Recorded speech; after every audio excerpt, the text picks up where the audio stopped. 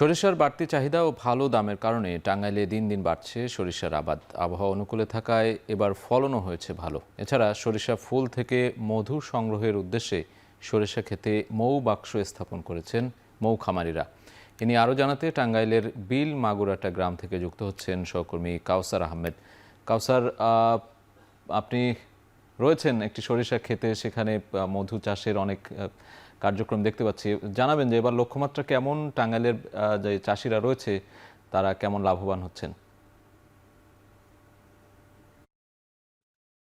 জি, আমার পেছনে প্রায় ২৫০ শতাধিক মৌ বাক্স রয়েছে। সেখানে সাতক্ষীরা যে খামারি রয়েছেন তিনি এখানে এসেছেন। তিনি বলছেন যে টাঙ্গাইল সারা দেশের মধ্যে ২য় সরিষার আবাদের ক্ষেত্রে, যে কারণে তারা শুধু এই সাতক্ষীরা সহ আশেপাশের অঞ্চলের আ কয়েক হাজার মৌ চাষী যারা রয়েছেন তারা এই টাঙ্গাইলে আসেন এবং সরিষার ফুল থেকে মধু সংগ্রহ করে দেশের চাহিদা মিটিয়ে এবং অন্যান্য কোম্পানির মাধ্যমে তারা বিদেশে রপ্তানি করে থাকেন। আর কয়েকজন চাষী জানিয়েছেন যে টাঙ্গাইলের যারা বেকার ও যুবকরা রয়েছেন, শিক্ষিত বেকার, তারা উদ্যোক্তা যদি হতে চায় তাহলে তারা সার্বিক সহযোগিতা করবেন বলে জানিয়েছেন কয়েকজন মৌ খামারি।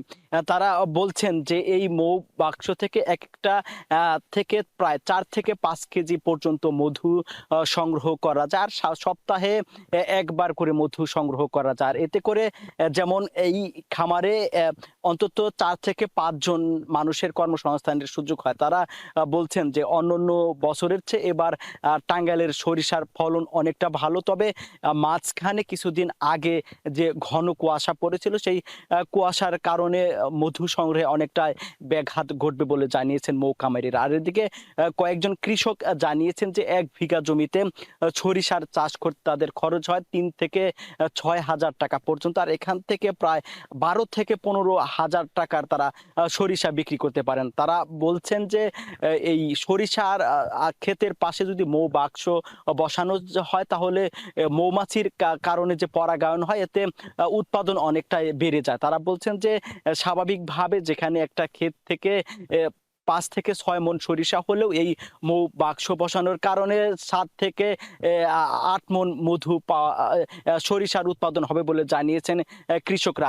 আর এইদিকে জেলা কৃষি সম্প্রসারণ অধিদপ্তর জানিয়েছেন যে চলতি মৌসুমে জেলায় প্রায় ৮৮,০০০ হেক্টর জমিতে সরিষার আবাদ হয়েছে। এখানে প্রায় এসব জমিতে প্রায় ১৪,২০০ মৌ বাক্স বসানো হয়েছে। আর এখান থেকে জেলায় থেকে টাঙ্গাইলে প্রায় ১৩০ টনের মতো মধু সংগ্রহ করা হবে বলে জানিয়েছেন কৃষি কর্মকর্তা। সব মিলিয়ে টাঙ্গাইলে প্রায় ৮৫০ কোটি টাকার বাণিজ্য হবে বলে জানিয়েছেন কৃষি অফিসার এবং কৃষকরা। আর এভাবেই কিন্তু এই আমার পেছনে যে মৌ বাক্সগুলো রয়েছে এখানে আজ সকালে যারা খামারি রয়েছেন তারা মধু সংগ্রহ করেছেন। তারা বলছেন যে রোদ উঠলে তারা কাজ করতে পারেন না, যে কারণে তারা সকালবেলায় ভোরবেলায় মধু সংগ্রহ করছেন। তো এই ছিল আমার কাছে সরিষার আবাদ ও মধু সংগ্রহের সর্বশেষ তথ্য।